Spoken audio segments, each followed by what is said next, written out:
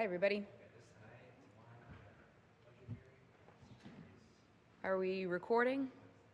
Thank you, Mr. Pipicelli. The 12th regular meeting of the Medford School Committee will come to order. Executive session is at 5 p.m. and regular meeting will be as close to 6 p.m. as possible. This was in the Howard Memorial Chambers, Medford City Hall, and via remote participation. The meeting is being recorded. The meeting can be viewed live on the Medford Public Schools YouTube channel through Medford Community Media, on your local cable channel, Comcast 9, 8, or 22, and Verizon channel 43, 45, or 47.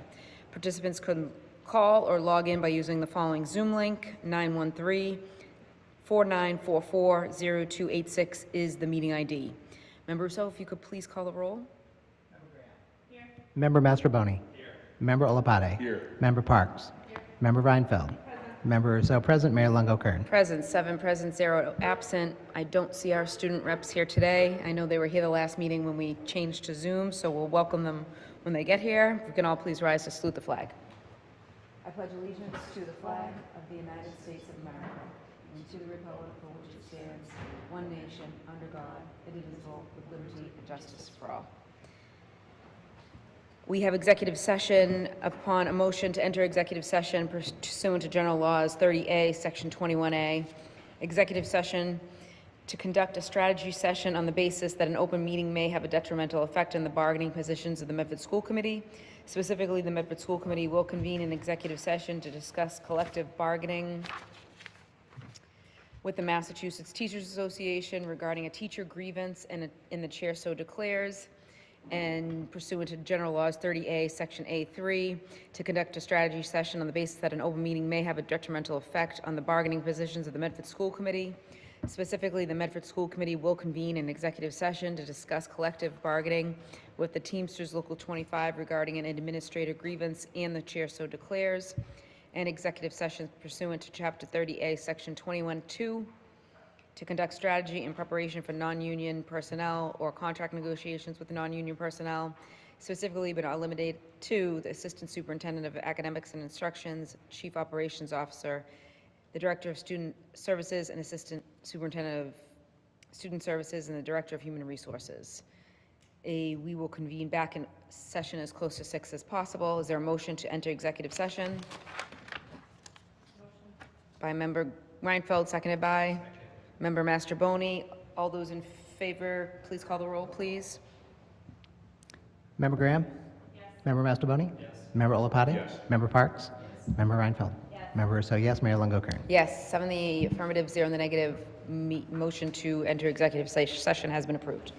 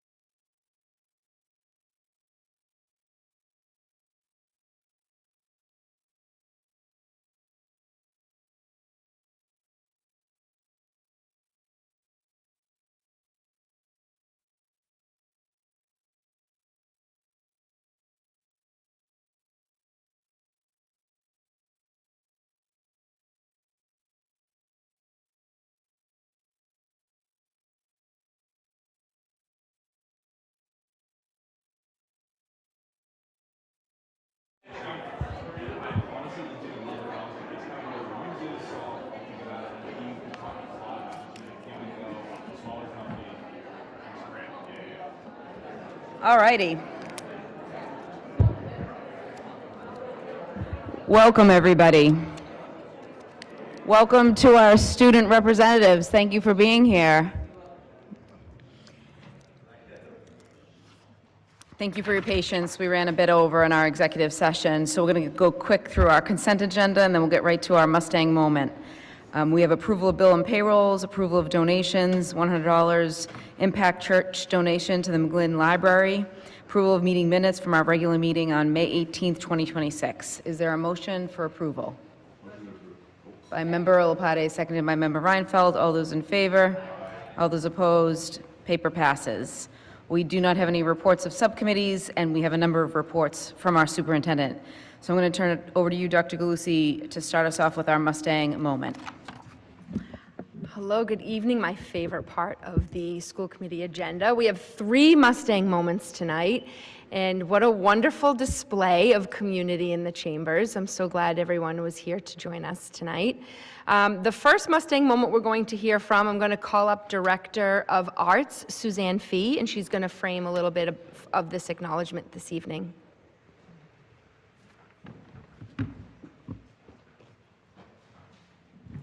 Good evening. I think Will is going to play a little video while I talk about why we're here tonight. Tonight, we're proud to recognize a student whose dedication to the arts has made a lasting impact on countless young artists throughout our community.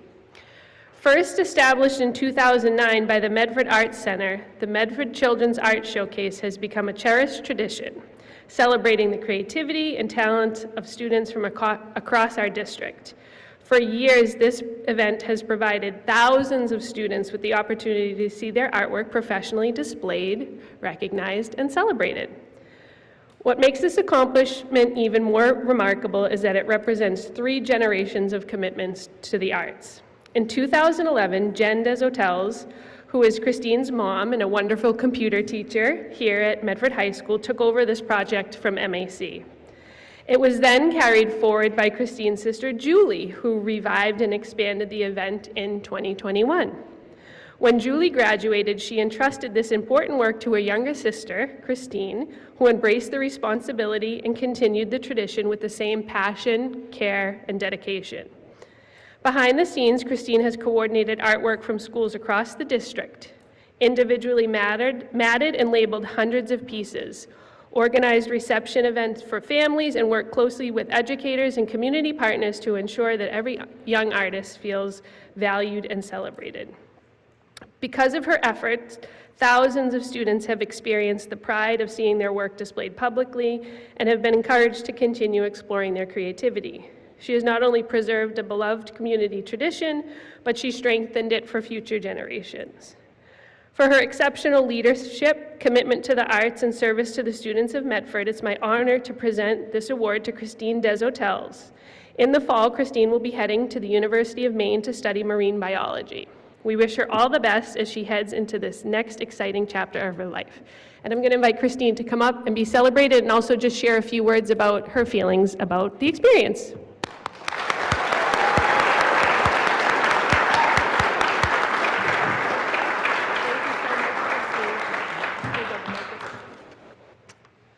The point of the Medford Children's Art Showcase is to make students of every grade and basically every single student in the district understand that they are an artist because they have made art. A lot of other art showcases are about celebrating like maybe their best art or it's like a competition and they like rank them or something. And part of the point of this is that if you've made the piece and you completed it and you put it all together and brought this idea to life in your own special way, then you deserve to be celebrated and you deserve to feel pride for your accomplishment and for your piece. So every year we do grades 3 and 7, so they're kind of the middle grades, and if we keep it at the same grades every year, then we will eventually hopefully get every single student who passes through. And we try and get one piece from every student from every school. Sometimes we don't have a certain school because they have their own art showcase going on. Sometimes they just run out of time to get something to us. But the goal is to make sure that they know that their art is important and they should keep making it. So we have like little stickers that say I'm an artist so that they are noted as the ones being part of this showcase, and we send them each an individualized invitation that says, your art is being displayed, come and see it. And it's become a bit of a fixture at River's Edge where we display it. And we've had like people who live in the building above it come by as we're setting up, and they're like, oh, I love this show. It's like so cute. And it's great to see all of the different ranges of interpretations of the same prompt. So like there'll be a self-portrait, and some people do it landscape, some do it vertical, some add all sorts of flourishes, and others keep it really simple. And everybody gets to walk around and see the different ranges of ability and be inspired to keep going and keep developing their skills. Thank you, Christine.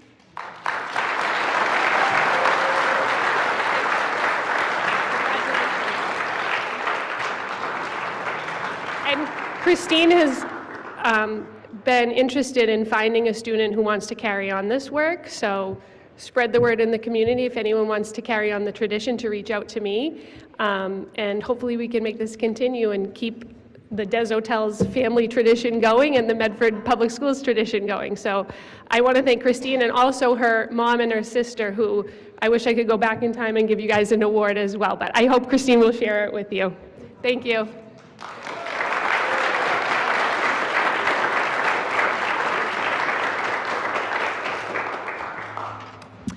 Next, we're going to acknowledge esports, and so I'd like to call up our athletic director, Mr. O'Leary, and I'm not quite sure if any of the coaches are here.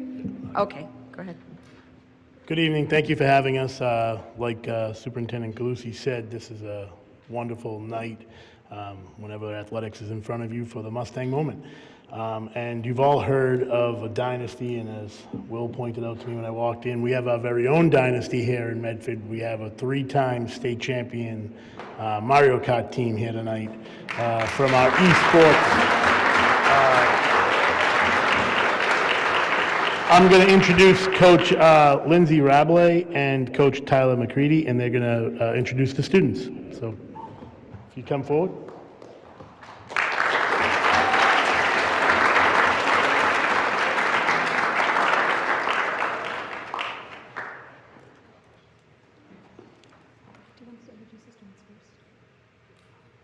All right. We brought the trophies with us as props, but that will get set right there. So I just want to briefly introduce the seasons that we've had over the past year. We were here last year as an esports team after having won our first state championship in spring of 2025. And of course, no team has an expectation that that success will continue over time. But we had a very successful fall season, going 7-1 in the regular season, and then going on to win the state championships at Endicott College. And then we had a very successful spring season, going undefeated in the regular season, and then going on to win the state championships at Sutton High School. We additionally had an invitation to compete at the Council of New England Secondary School Principals Association's esports regional championships, where we defeated another team before falling to Rhode Island's Mario Kart team. And we also competed in the Play Versus Cup, falling short there, but nevertheless, we've had a fantastic season, and that is entirely due to the effort of these wonderful students that we have, who I'm going to go ahead and introduce. So I have them in order up here. First, we have Justin Lara, Echo Valdez Melgar, Jalen Richardson, Juan Tapia, and Nobi Ashihara. All right, I guess could everyone give them a round of applause for their fantastic work these past couple of years.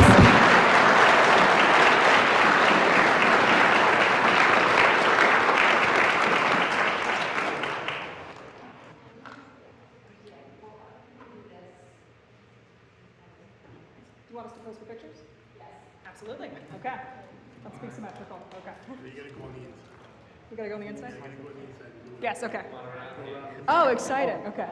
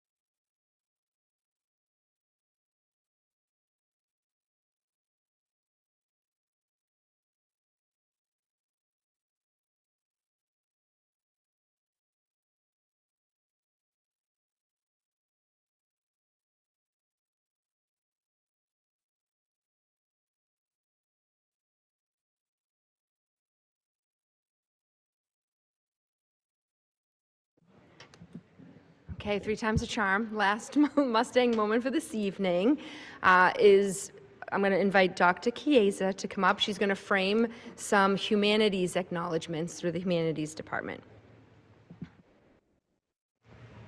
Good evening. I am so excited to be here to celebrate some of our humanities Mustang, and I'm calling it moments, but I know I'll try to be as succinct as we can be. We do have a lot of different honorees, and on our slideshow we have the Geography Bee tonight, the Teen Perspectives on Immigration Contest, the Scholastic Writing Awards, the Ethics Bowl, the Mock Trial, and the Model UN. You can see as we move through two more slides that we do have a lot of students to honor, so I just want to tell the students they're going to come up. Their advisor, if they're here, is going to share a little bit of information about the achievement or the student, and if all the students can just stay until we're all done so we can take a picture, I think that was the plan. And we do have certificates, but we will pass them out at a later date because we do want to make sure we honor and give a little time if you have any questions about anything. So I'm going to start with the first event, which was the Middle School Geography Bee. I don't know if the students were able to come tonight. I know it's really busy this time of year, but we have Elliot Kaminsky, Stefano Lazara, and Janie Schwartz. If they're here, I would love to come join me so I'm not alone up here.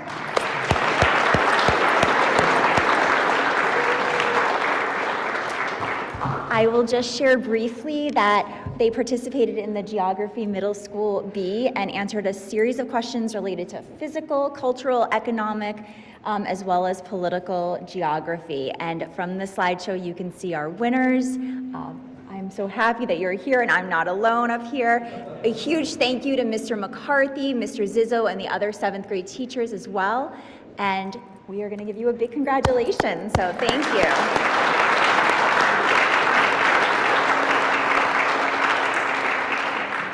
Do we have any questions, any geographical questions we want to test them on, you know, anything? What was the question that won it for you? What was the question that won it for you? Do you remember? No. Okay. I tried. Congratulations. Congratulations. Thank you so much.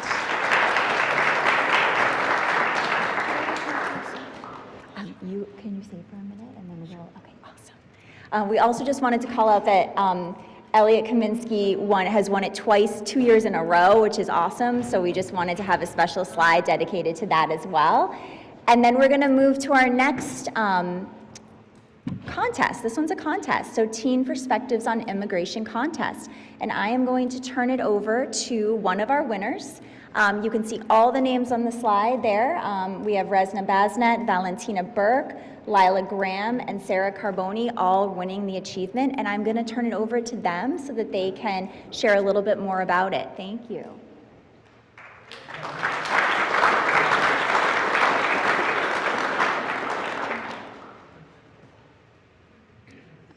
Hi there. So the Immigration Learning Center runs the Teen Perspectives contest for short essays and art pieces.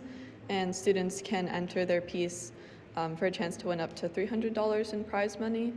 I think a few people from Medford won some awards, and a lot of other kids participated and had really amazing works that were put into it. And it's for Malden and Medford and Everett public schools, I believe. And this year the prompt was how immigration benefits your community. So it was a really cool opportunity to explore that theme. And there's a lot of really interesting pieces that people put into it.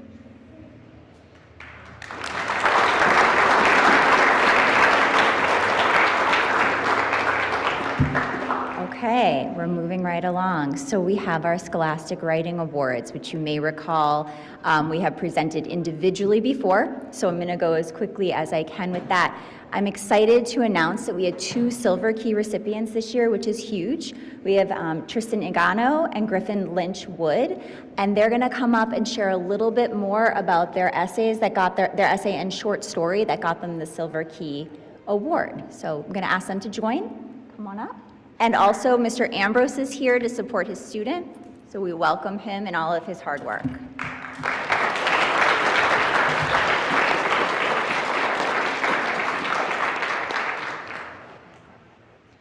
Hey guys, my name is Griffin Wood. I'm coming from Miss Sanford's 10th grade English class. I'm so glad to be here. My poem was called The Loudest Bird, and it was a satire piece about social media and how people will often post, or in this case, tweet, using birds as a metaphor, their certain messages and their opinions, often without thinking about how it will affect others or make other people feel. And I just thought that it was important to sort of highlight that sort of issue in society and use this contest as a kind of opportunity to get that sort of thing out there. So thank you.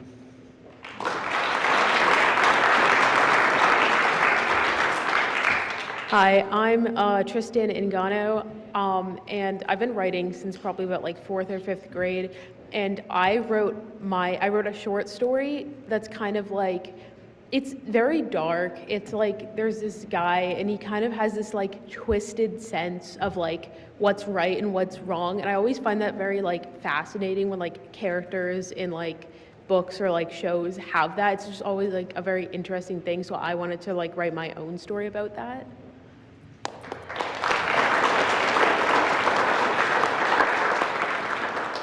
And I just wanted to share how proud we all are of both of the students. Previous winners of Silver Keys include John Updike, Sylvia Plath, and Stephen King. So Griffin and Tristan are in very good company of a bright future as writers.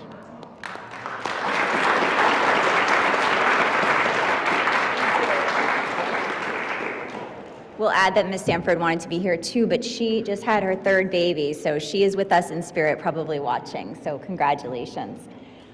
All right, we're moving right along. We're going to move next to our mock trial competition, and I'm going to invite Miss Dineu to come up. She can read the names and explain a little bit more and have a few students speak to it. Miss Dineu? And if the students are here, if they want to join us, that would be wonderful. 2 people. Great.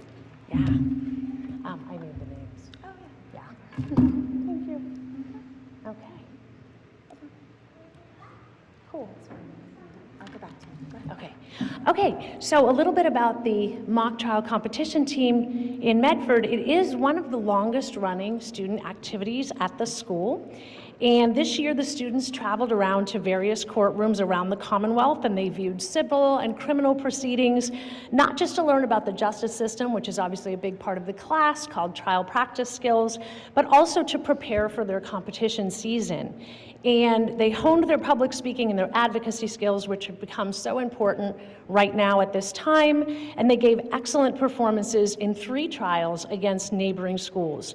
I am tremendously proud of these students, and some of them will be continuing on as seniors, taking the class to compete with me again next year. Our team received many compliments this year from judges around the Commonwealth about their courtroom decorum and their knowledge of the rules of evidence, which can be very challenging even for licensed attorneys to learn and to harness. This year, we're not really sure what happened, but we didn't make the yearbook, so the graphic design class printed this beautiful picture. Each kid is going to receive this, Okay, this would have been our yearbook picture. They're going to receive this. It's on cardstock as a memento. It has the whole group, and we hope that they'll keep it and they'll remember this time and they'll use these public speaking and advocacy skills for years to come. I have two students, Carly and Jack, who would like to say a few words about their experiences. Before that, let's go ahead and read the names of the whole team.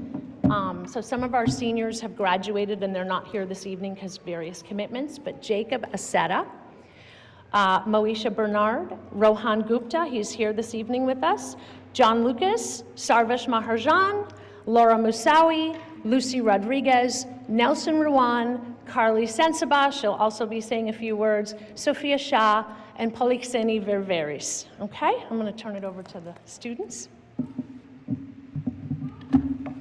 Hi, I'm Carly Sensabaugh. I'm a recently graduated Medford High student who was a part of the recent mock trial. I just want to share that this was a really cool experience because most of the mock trial teams we went against were just clubs that met some days in the week, but we got to see each other every day during second period. I've always been kind of shy with public speaking, and I think that being a witness in all three of the trials really has helped me come out of my shell and work on my public speaking. And I just want to give a quick shout out to Ms. Deneu, who has really taught us about really important things about the law, especially in Massachusetts, that I'll need in the future. And now I'm going to pass this over to Jack. Thank you. I'll keep it quick. Carly really hit on all the points. Mock trial has helped a lot with public speaking, but also being able to read and comprehend information really quickly. With mock trial, a lot of it wasn't just being able to stand up and argue, it was also being able to synthesize information from bits of passages or things like that. So that was a really valuable skill. So yeah, that's about it. Thank you, Ms. Deneu, and thank you all of you.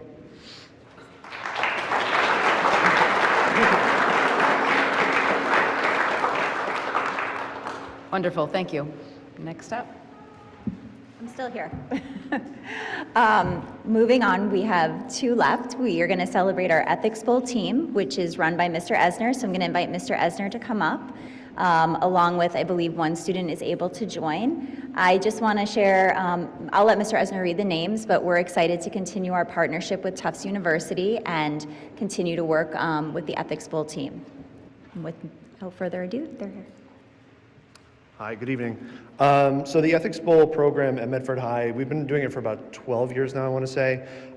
It's a great program. It has the kids engaged in an array of skills, both critical thinking, speaking, writing, argumentation. It operates both as a club, so kids can come and take part and join in the conversations, but then it's also a competitive side where kids are kind of locked in and then go to competition and compete. So I'm not going to go too much into detail because I think Victor's going to speak to kind of how it operates and the value of it. But I just wanted to speak to the participants this year. We had Raul Gonzalez, Rohan, who's here, Rohan Gupta, Nikhil Mankakar, Victor Mendez, Julia Sarantonio, and James Sloan, who is a senior graduating and heading off to Wesleyan. I think he's going to Wesleyan. So anyway, I'll turn it over to Victor. Thank you. Hi everyone, hope you're all doing well. I just wanted to explain to you guys what Ethics Bowl really is. And you guys might know that it is a debate-styled club, but what really distinguishes us is our approach and our emphasis. We tend to focus on exploring the ethical landscape of each case because we're given 15 real-world situations, and we're given the chance to really dive into them throughout the school year and then compete against some of the most a lot of the really prestigious private schools in the Northeast. At Tufts, it was really great this year. We competed against BB&N, Phillips Andover, and other very good schools. And I just think it's very rare to find a club that is so collaborative, yet still manages to compete with some of these really hard-hitting teams. And I think in a time that is so polarizing, it is so important to not just choose one side, to really understand the nuance in between every situation. And I just wanted to say for Ethics Bowl, one of my biggest regrets, or one of my only regrets, is not joining sooner. I think that it really could have given me so many more opportunities if we've competed harder. And I'm very excited to try again next year. And I hope we make it to finals and maybe we'll make it to nationals. Thank you.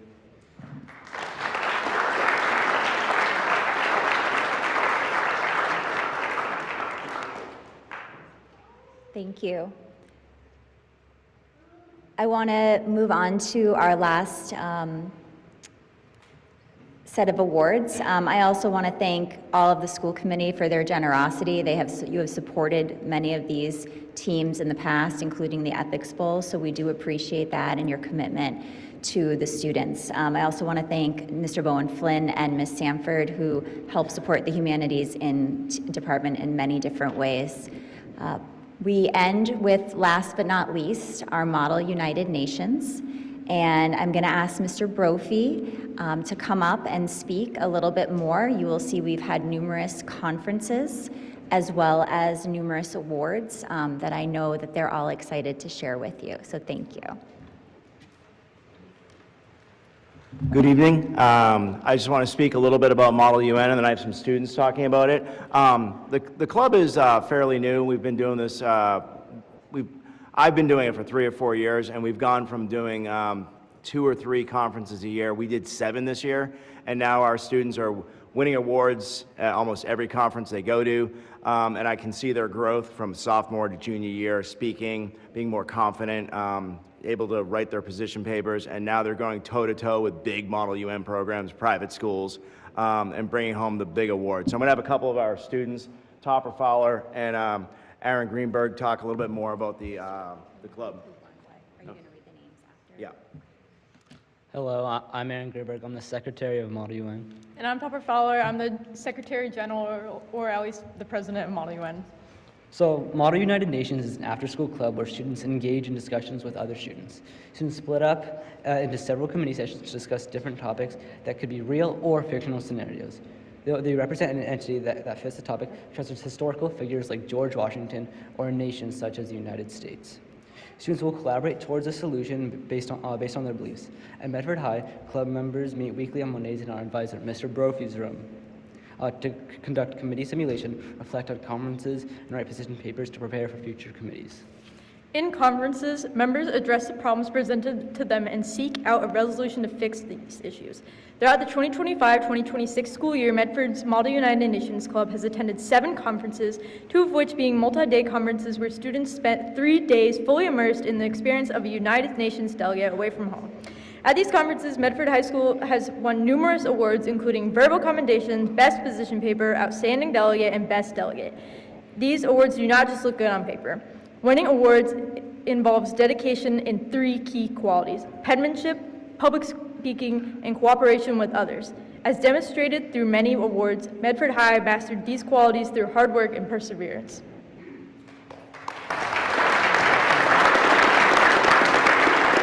So I would just like to take a brief moment to recognize the students here and my co-advisor, and Jen Gates can't be here tonight, but our students who are assembled here have won awards. So Ryan Godley, Griffin Lynch, Christina Yo-Segli, Topper Fowler, Sophie Hook, Jaden Ville, Andrew Hong, one more slide, Tess McMorrill, Alachi Yeager, Cassidy Collins, all won awards. Thank you.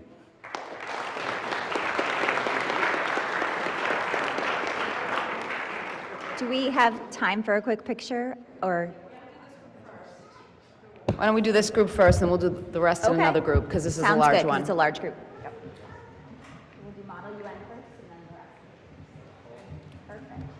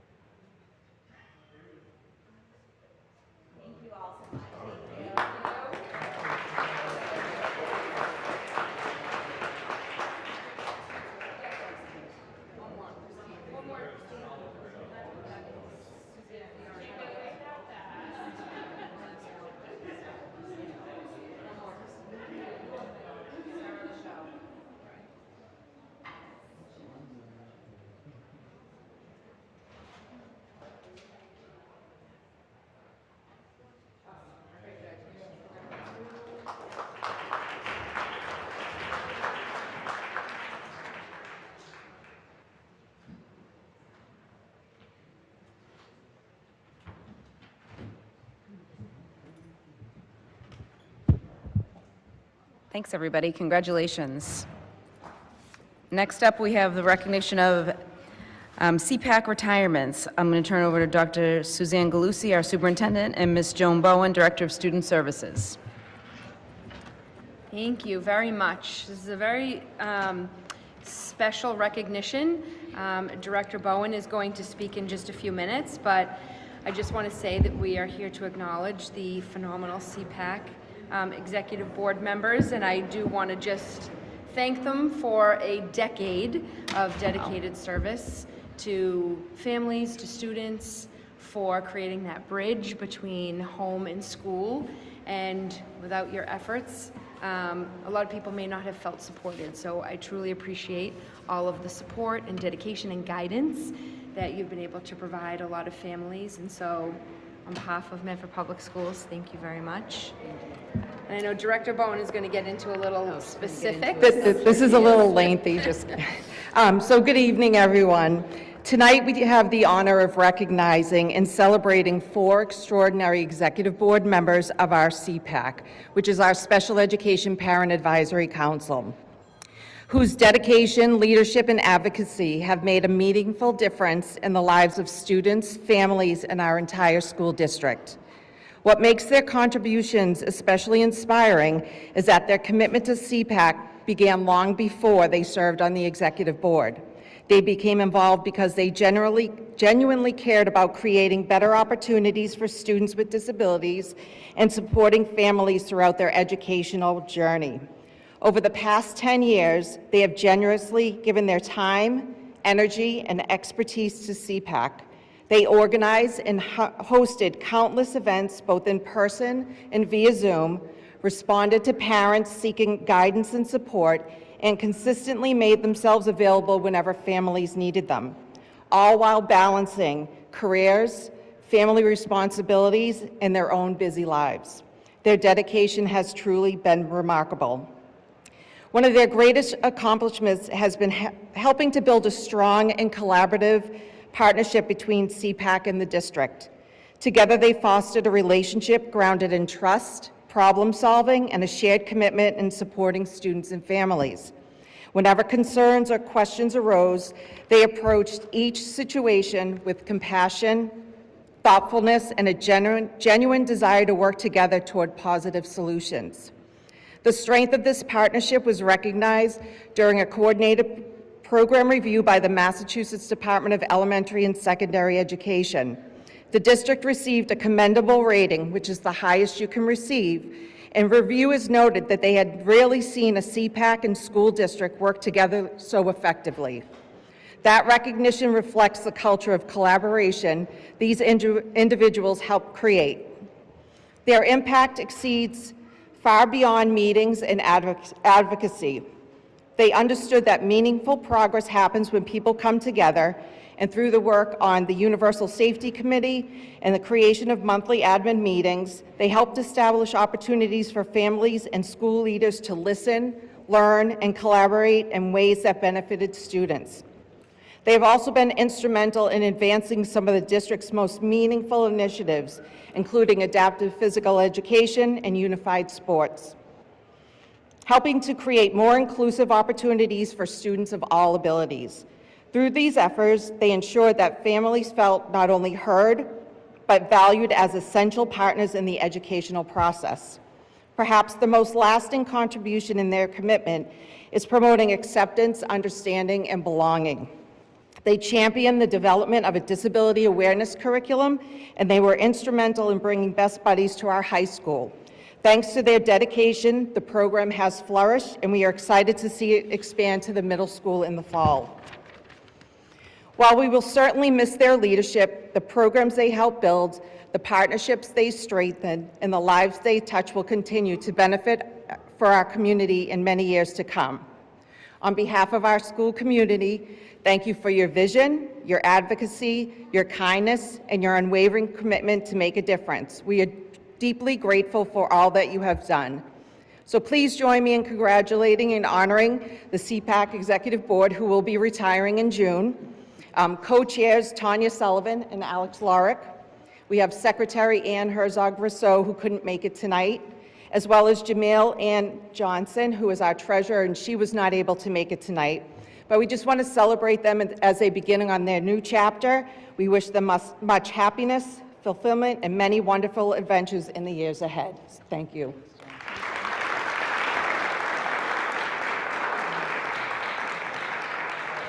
Oh, you're so sweet. Thank you. This is just a little token to say thank you. Thank you. I was going to do a little speech, but Joan pretty much covered everything, so there will be no speech.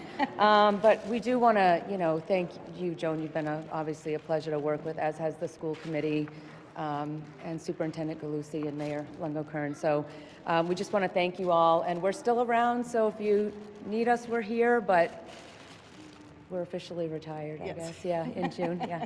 Thank you very much. We appreciate it. Don't go very far. Picture time?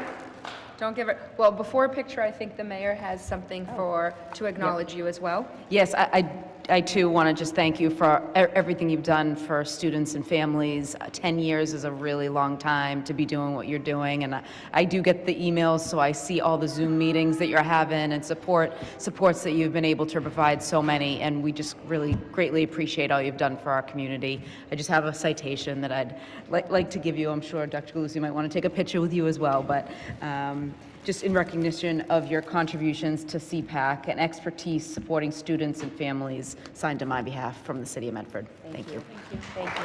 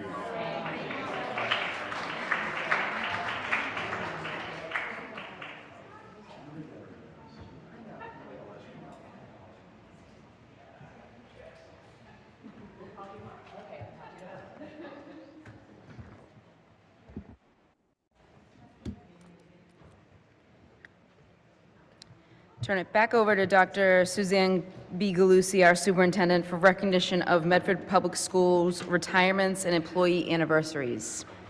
Yes, this is like a bittersweet recognition right now. So we have many, first I'm going to acknowledge our retirees. We have several retirees. I am going to call them by name and by role. Some are here tonight, and so I would ask if you could come forward. We will give you an opportunity if you want to say something, no pressure, and then we will do a picture. But this year marks the end of a career for many people, but we want to just make sure that we say thank you for your unwavering dedication to the students and the families and the community of Medford Public Schools. Thank you for the tireless hours that you have put and poured into your students. You leave a lasting impression, and I want you to know that we greatly appreciate everything that you have done.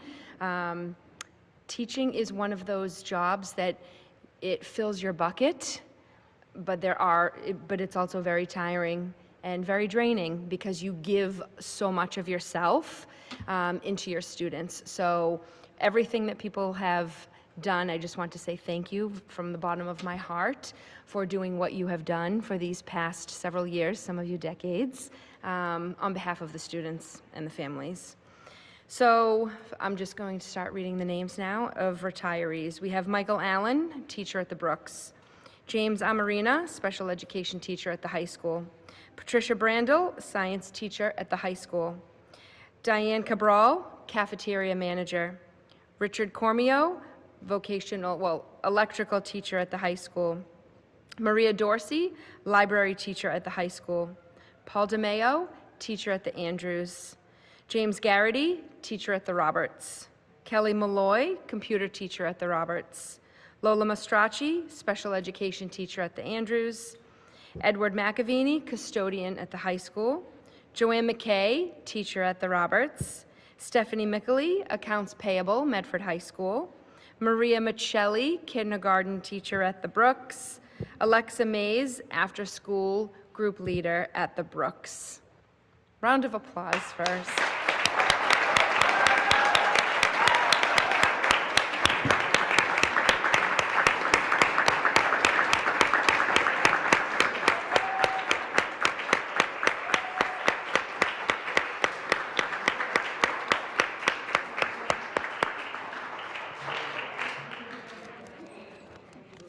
Good evening. I had to write this down because I was going to have a slideshow, but Lisa said I couldn't do that. Mr. Cormio, can I just Yes. interrupt one moment? I'm so Sure. sorry. No, that's all right. I forgot a name. I had it on the other list. It didn't transfer over. My deepest apologies. Gina Capola, paraprofessional, Andrews Elementary. Gina, in my mind, you weren't leaving. My apologies, Gina. You're on the other list. I'll say your name twice. Mr. Cormio, go ahead. I'm sorry. Thank you.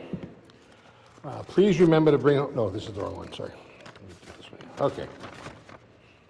Good evening, and thank you for this opportunity to speak tonight.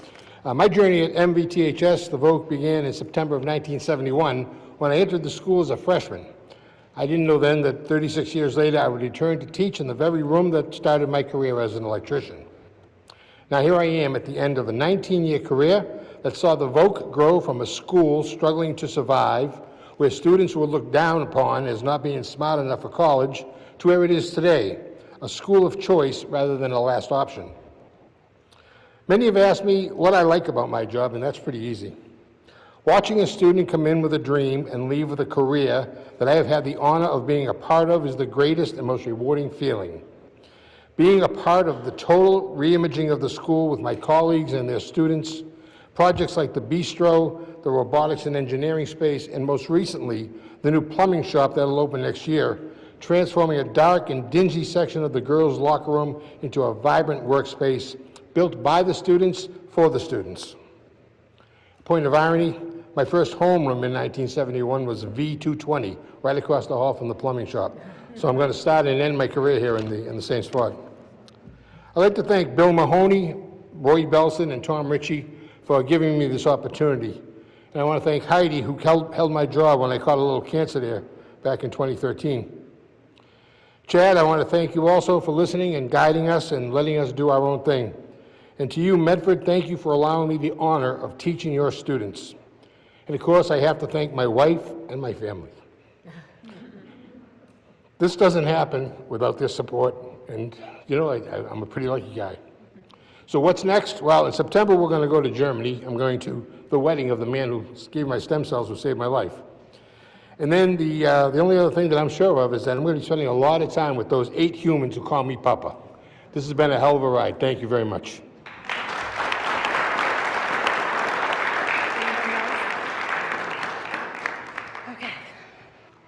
Thank you. So I'm going to wrap up my career in numbers, 34 years, 4 superintendents, 6 principals, 4 schools, up to 700 students, hundreds of families, hundreds of colleagues.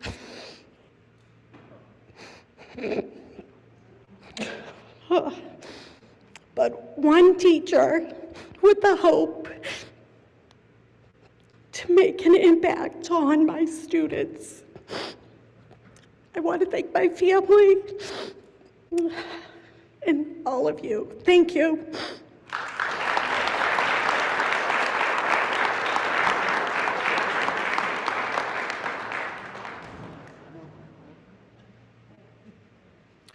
Hi, good evening. Thank you very much for inviting us for this honor.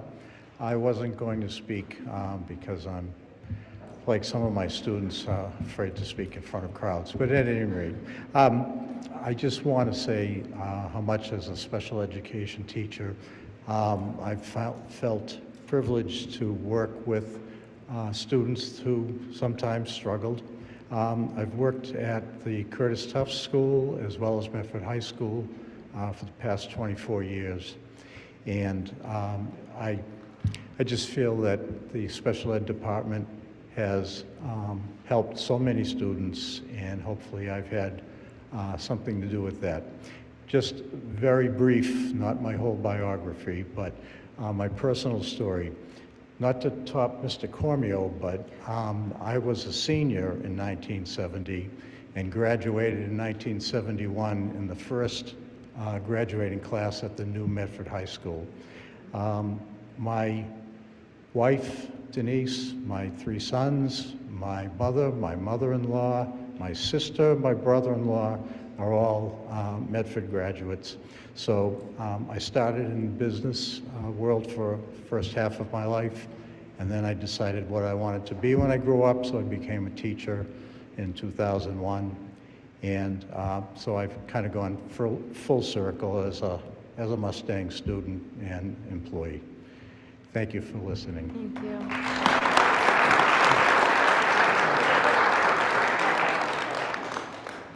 Hi, I'm Lola Mastracci, and I've taught at the Andrews Middle School.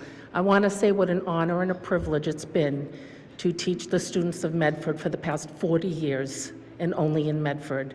And I too am a Mustang, and I will always be a Mustang. I thank you all very much. And yes, I'm Gina Capola. Many of you know me, but I want to thank everybody, school committee, citizens of Medford, my bosses who are out over there, and the special ed department, because it has been my life and my honor to be with these children. And I thank you, Madam Mayor, and you, Suzanne, who's known me for a long time, Dr. Galusi. Dr. Kesa left, but all right, I want to thank her. My Joan Bowen, my biggest mentor, Joan, that's you, and everybody else that I worked with at Medford Public Schools. Yeah, I'm not done though, Paul. You know me. I'll be back day in and day out just to do something, either if it's volunteering or whatever. But I thank you all for the opportunity to have your children. And they are the best kids. I always say Medford gives too much. I love them all. Thank you so much.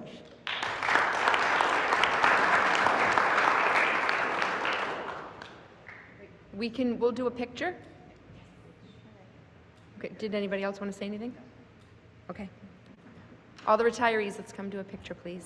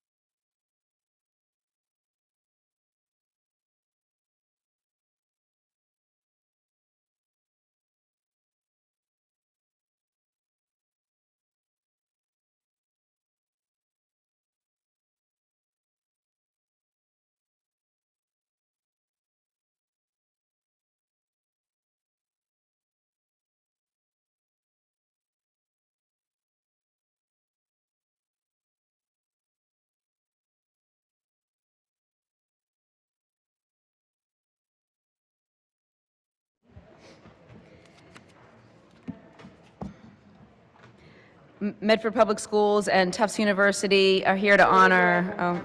Oh, you have one more? Oh, sorry. Oh my gosh.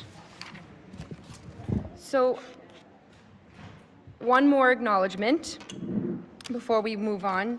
I'm going to list the names of our employees that have given years of dedication to Medford Public Schools. I'm going to list teachers and staff members that have given 25 years, 30-plus years, and 40 years to Medford Public Schools. I'm just going to ask for them to stand up. We have like citations, people that aren't here will make sure that they get to them. But 25 years in Medford Public Schools this year. John Bissell Jr., Doug Bowen Flynn, Jonathan Brown, Holly Cassabon, James Dickens, Kathleen Ellis, Michelle Farkson, Nancy Gersick, Jacqueline Harvey, Sean Lally, Mike Lazaro, Joseph Olette, Andre Pierre-Paul, Stephanie Roach, Lucille Shedd, Jonathan Wilson. Could you please stand?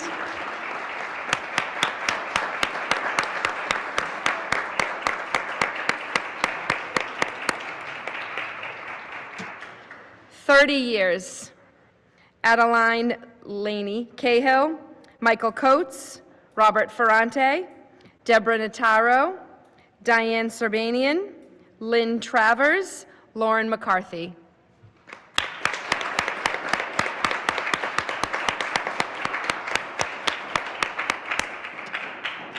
"40 years of service, Marie Cunningham and Ann Patton.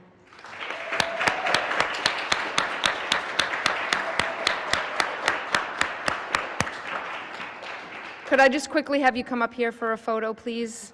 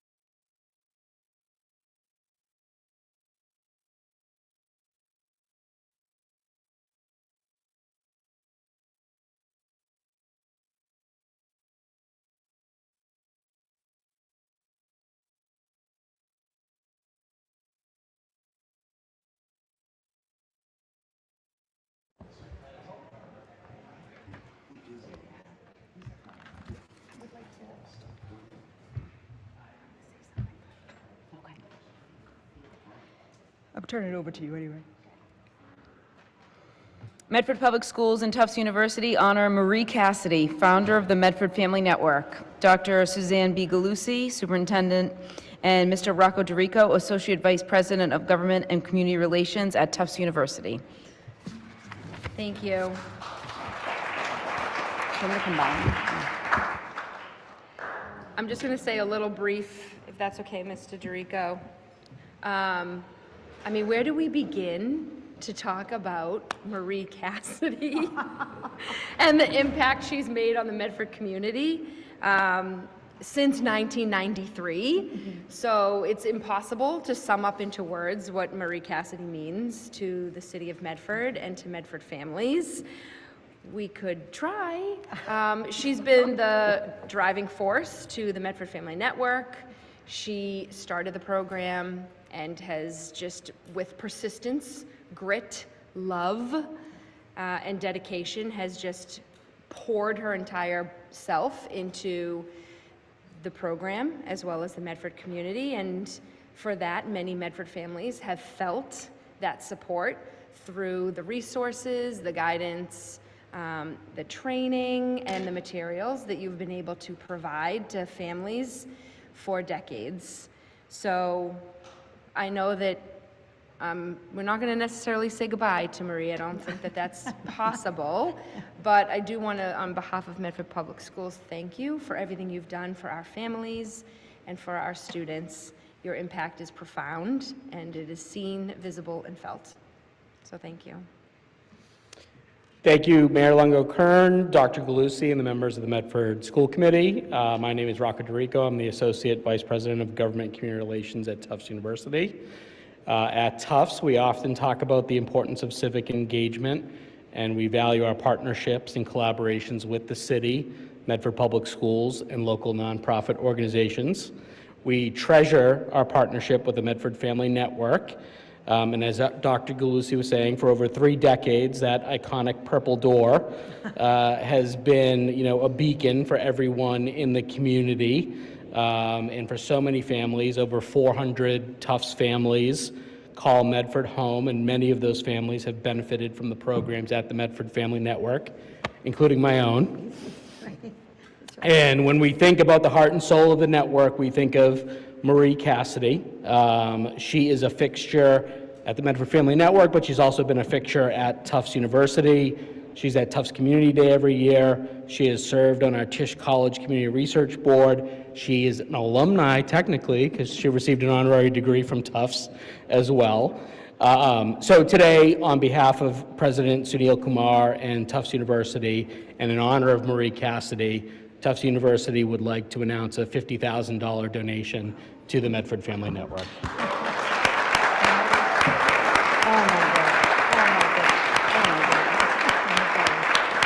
Oh my God, this is absolutely incredible. How do I begin? How do I say anything? I'm going to have to start with a song, you know that.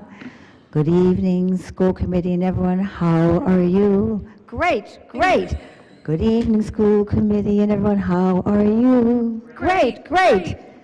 We all are here tonight because I think we got it right. Good evening, school committee and everyone, how are you? Great. Woo! Thank you so much. Oh, there are no words. I do not know where to begin. This is unbelievable. It has been more than a joy and an honor for me to have this role.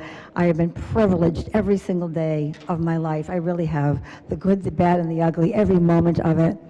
I look to our families, and the star of this story is the story.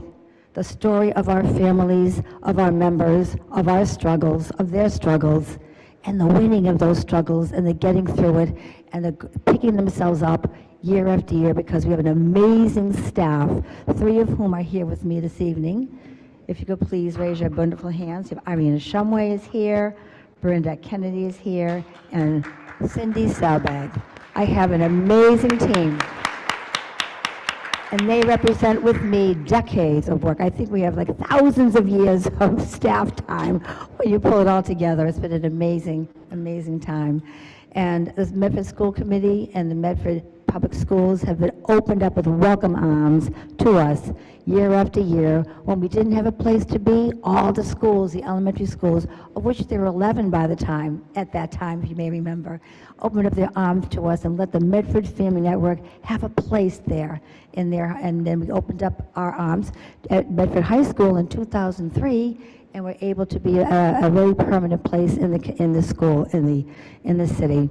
I don't know how to thank all of you enough, to thank the city enough. Every organization, every business has opened up their arms to us. Tufts University, what an honor has been to be with you and all of your students. I had Tisch scholars for many, many years, and they were amazing and implemented programs that live to this day at the Medford Family Network. The focus group helped us set up every September. We just had a wonderful working relationship right at Tufts University. The students came out and worked with our students, with our families, putting on some athletic programs. So I cannot thank everyone enough. As I do, it's 33 years, and I keep saying I'm only 29, so I don't know how that happened. But it's been an absolute honor, and I will always have this wonderful memory. Thank you so very much. Marie?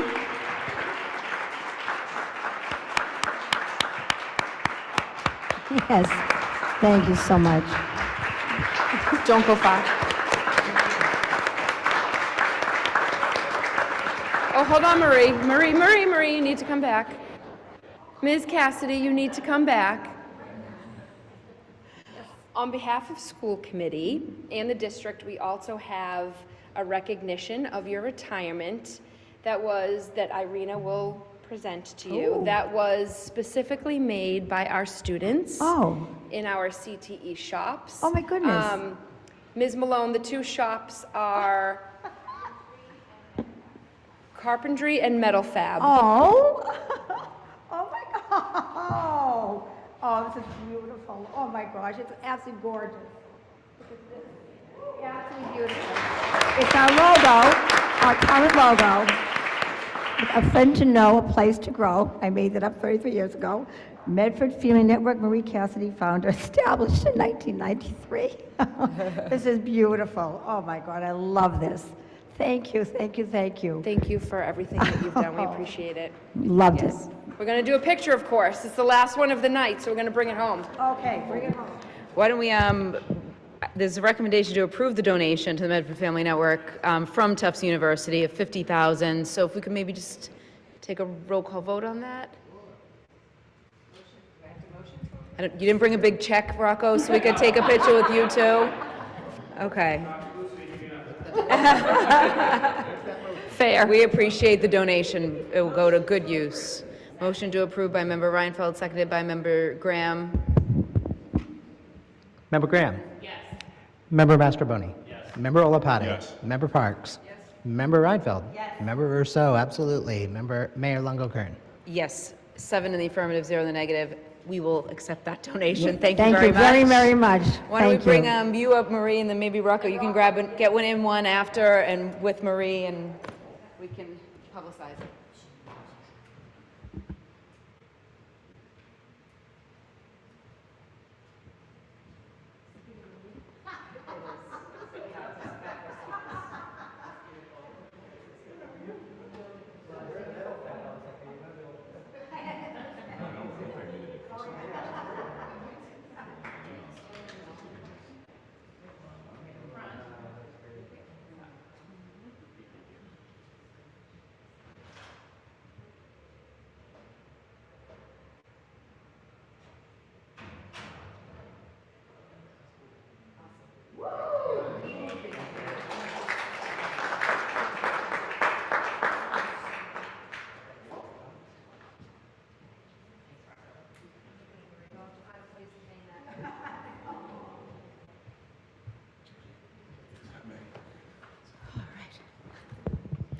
Marie, it's your month. I mean, you're Citizen of the Year, retirement teddy bear picnic, retirement party this week, school committee. It's all about you. Congratulations.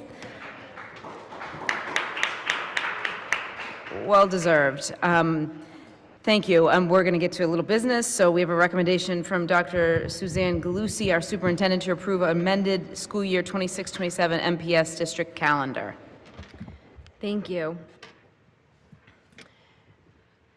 I think I'm, Mr. Pipis, oh, thank you.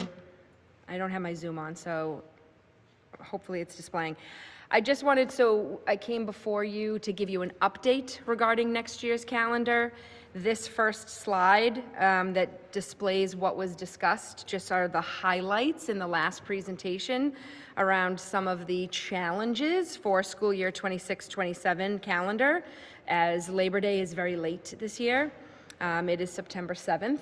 So that means that teachers report on Monday, August 31st for 2 days of professional development, and students grades 1 through 12 plus do not start until Wednesday, September 2nd. And then Friday is a no school day in observance of Labor Day per the collective bargaining agreement with teachers, making the last day of school set for June 23rd. That is without the 5 snow days that the Department of Education has us factor in case we need them. And as we reflect on this year, we needed 4 of those 5 days, thus moving the last day of school date up by 4 days. If we go to the next slide, part of the work that the district has done in partnership and collaboration with the teachers union was to talk about the challenges that arose around Good Friday, and that it wasn't as simple as to say that we would recognize Good Friday as a school day off, because per the 5 days that the Department of Education requires you to put in for snow days brings us exactly up to June 30th. So there was no wiggle room. I did present to this body and the community about the challenges and the data that the Good Friday day provided the district and the community, and reflected on our staff not being a true representation of the community population. And therefore, a lot of our staff members celebrate Good Friday.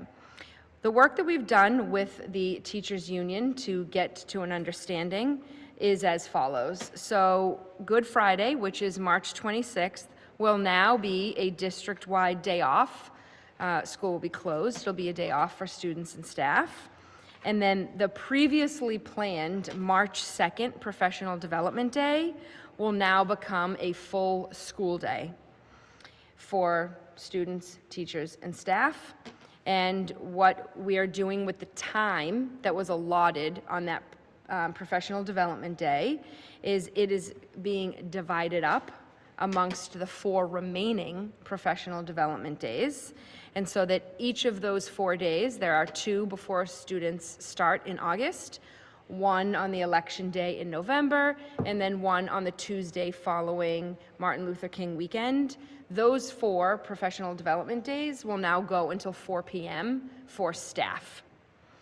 This was the recommendation and proposal of the teachers union, and in collaboration with our district team, felt that it was a wonderful solution to the challenge that we have for next school year.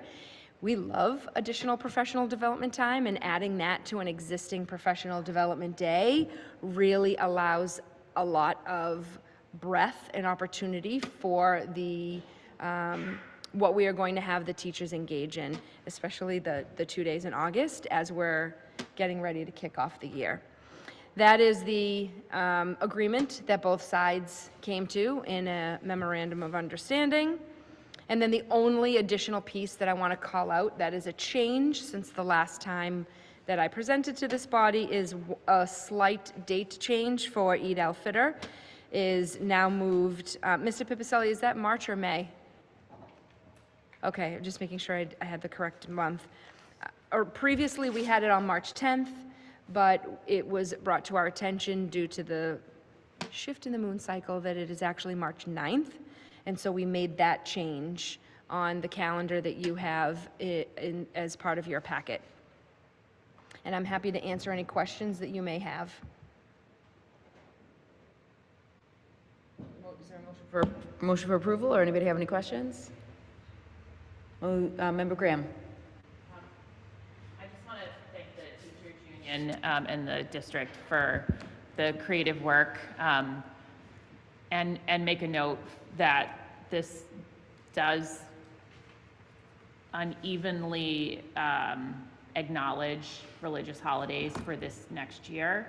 And I just want to make sure that the community understands that this is a sort of an extraordinary calendar situation that we find ourselves in, and that we would be revisiting and we would be coming back to our policy the year after this. So this is indeed a one-time event, or maybe it happens every, I don't know, 7 years or something. I'm sure there's it will happen again sometimes in the future, but you know, I just want people to know that it's our full intention to observe our policy and the religious holidays that it lays out in future years.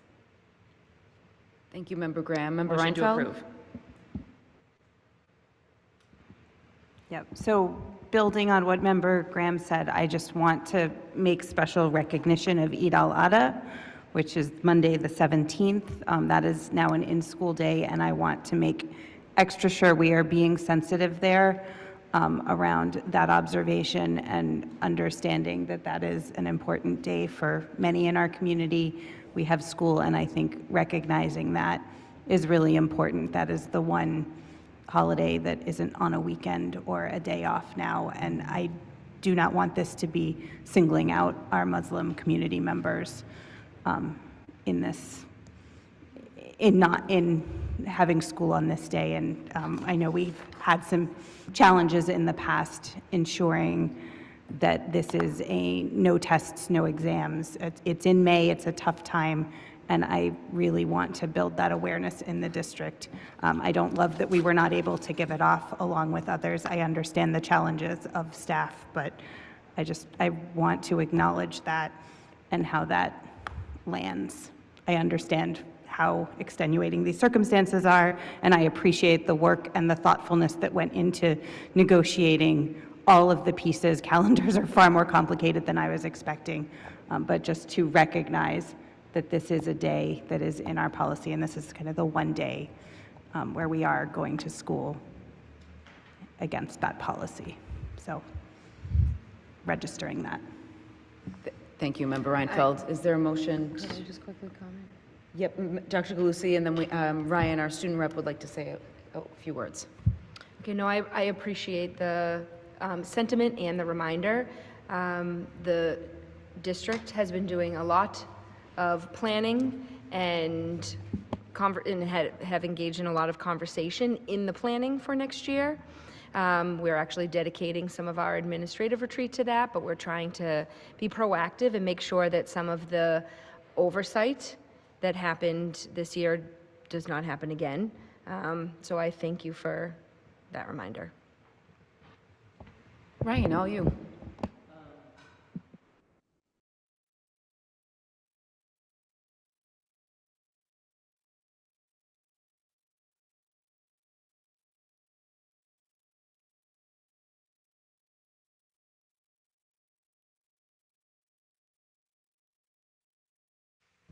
Sorry about that. Oh my God. You said the Tuesday after MLK Day is a professional development day, and I was just wondering, do the students not have school that day, or do we still have school? Yes, there's no school that day because it's a professional development day for the staff. All right, just to make that clear. Thank you, Ryan. Thank you, Ryan. Is there a motion on the floor? Yes. By Member Graham, seconded by Member Olopade. All those in favor? Aye. All those opposed? New school calendar has been accepted.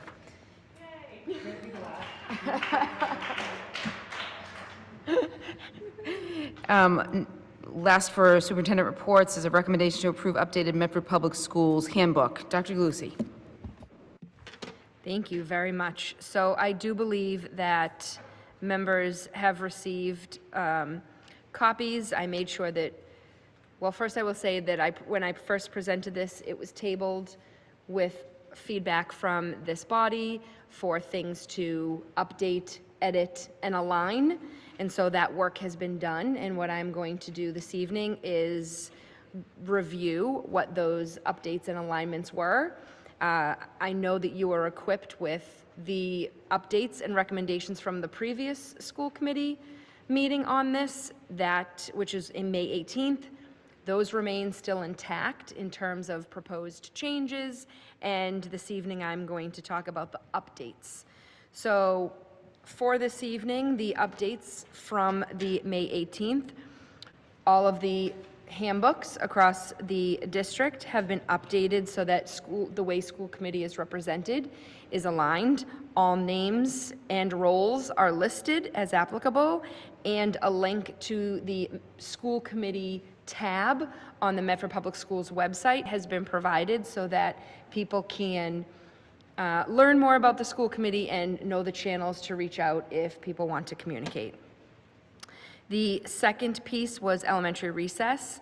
There was not necessarily an alignment that was needed here, but I think it's important to just recognize that Medford Public Schools believes that recess is an essential component for a child's physical, social, and emotional development, and will not be withheld as disciplinary measure for anything other than direct logical consequence for an unsafe body. That commitment is seen structurally in all 4 elementary handbooks across 3 distinct policies/practices. One is in the discipline code, which speaks specifically around practices for students' well-being and times when there may be an unsafe body and students may need to take time out to self-regulate. The other one is under recess expectations, where it is explicitly stated that the handbook protects recess and it may not be removed for consequences unless it's an unsafe body, and then also in homework expectations, where the handbooks specifically say that recess is not to be used for academic penalties, especially for homework. Incompletion of homework will not result in the loss of recess. And then I did say this at the last meeting, but I do think it's very important. All 4 elementary schools are responsive classroom schools. And so this is part of the tenets of responsive classroom, very much tied to logical consequences so that students are able to make connections between their behaviors and consequences. But I did have meetings with the elementary principals in order to review this and just remind what our expectations are around recess and the use of recess. So if there's any further questions on that, I'm happy to answer. The next part was the Corey statement that Dr. Kroll put in her handbook, and it is now within all of the handbooks, so that regardless of the school, this statement that explains to caregivers how they complete a CORI is now part of all handbooks.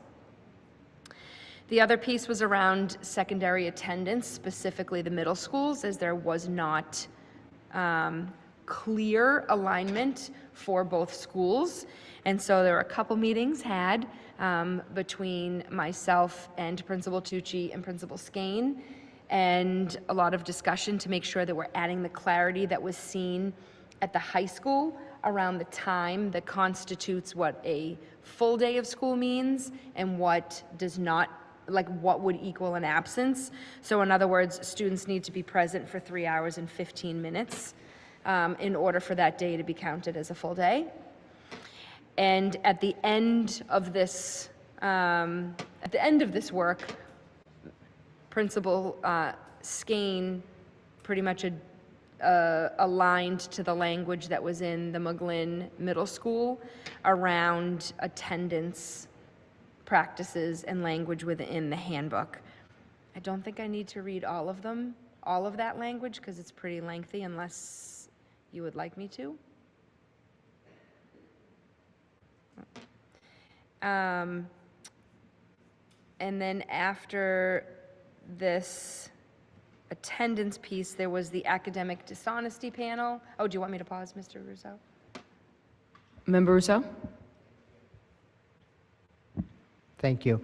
I know when we had met, we had talked about if recess is taken away, that there would be is it in here? That each school would be logging exactly that this has happened and that it will be collected by you and all the gory details. I don't think this belongs in this, but I think it would be important to note it. I also noticed that under the discipline code section, recess is still listed as one of the loss of building activities, assemblies, intramurals, field trips, extracurricular activities, and recess is still there. So I'm not sure what changed.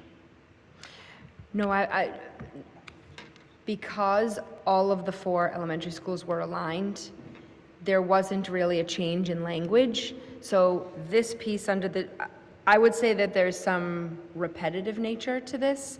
So the discipline code and the recess expectations both are there for when students are exhibiting an unsafe body. And sometimes that can happen during recess, and I would say that that's part of the recess expectations.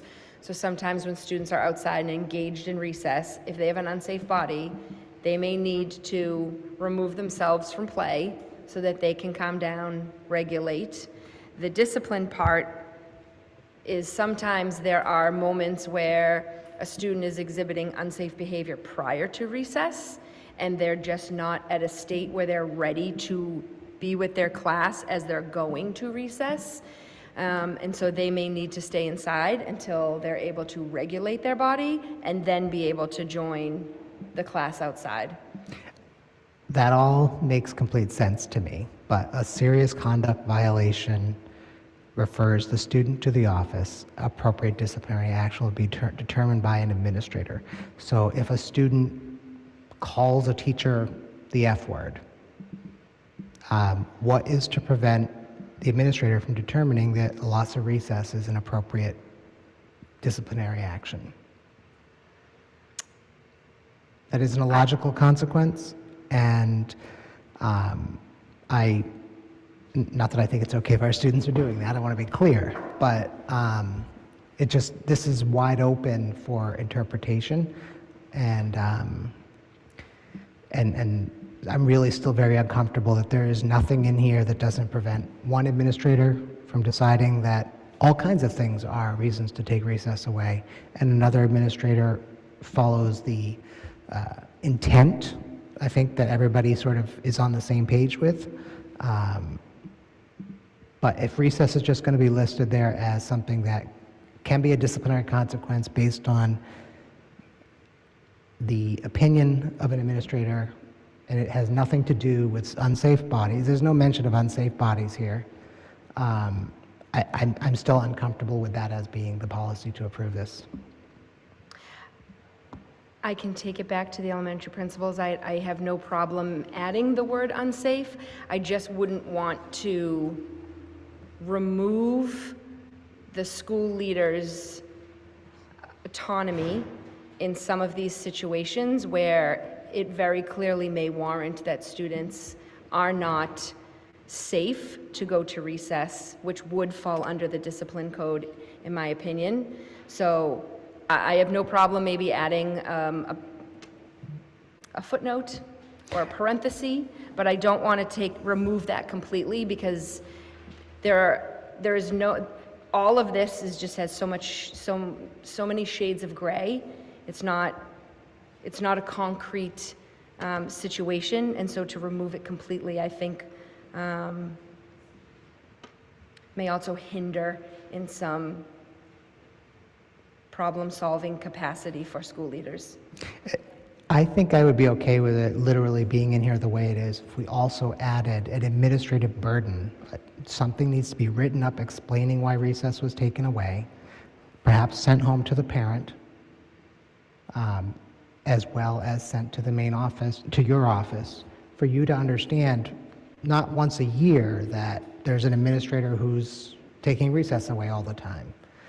Like, that's not helpful for the kid at the end of the year, for you to find out that there's an administrator who has a very different understanding than the other administrators.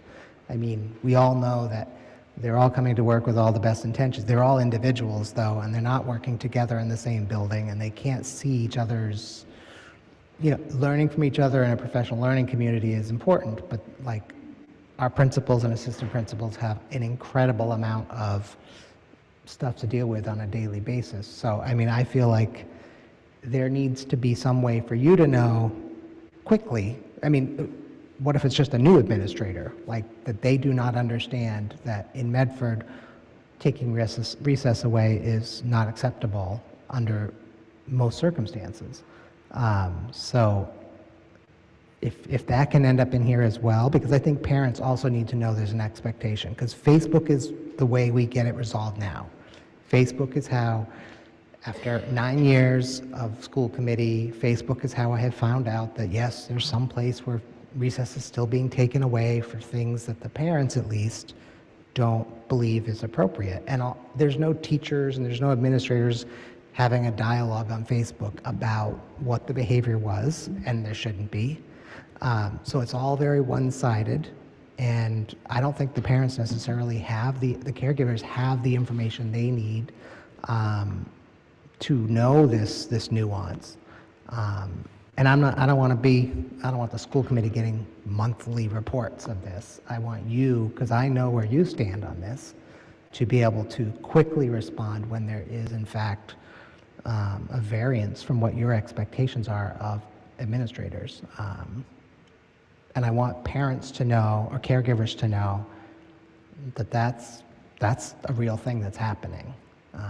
Because Facebook is just really, it's bad for the community, it's bad for the sense of what Medford Public Schools represents. It also puts those of us that get tagged in a really awful place, because we can't find anything out about what actually happened and why it was taken away, and because we don't have access to student information.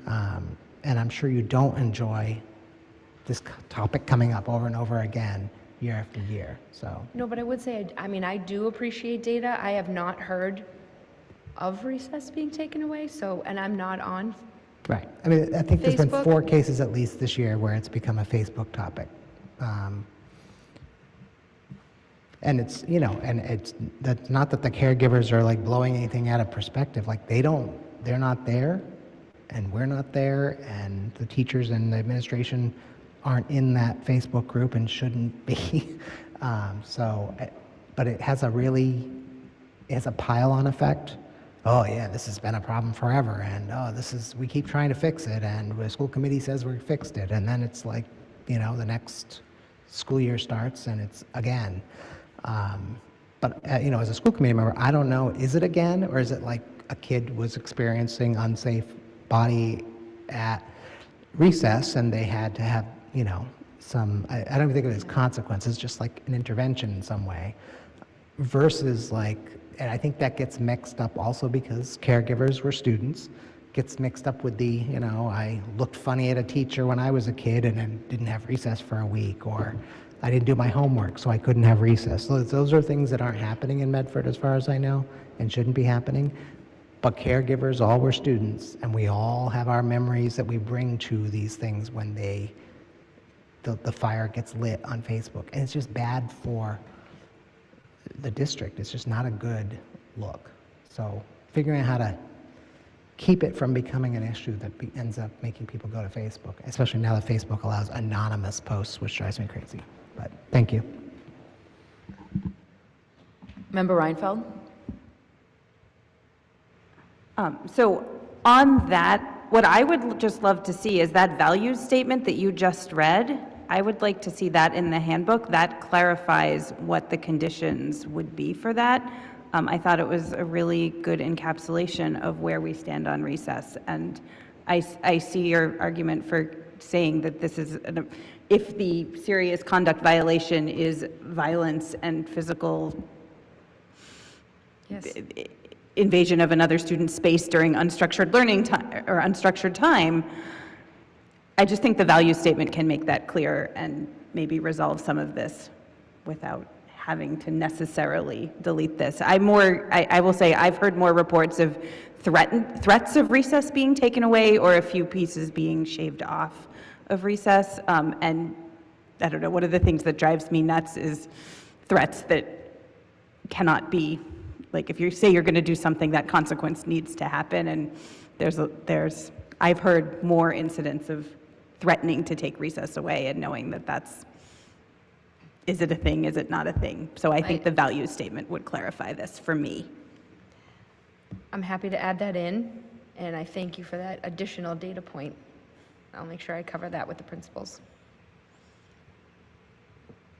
So is that a motion as amended? I mean, I think we're not done going through the changes. I also had a couple of questions about the attendance. I don't know if that's now or later. Okay.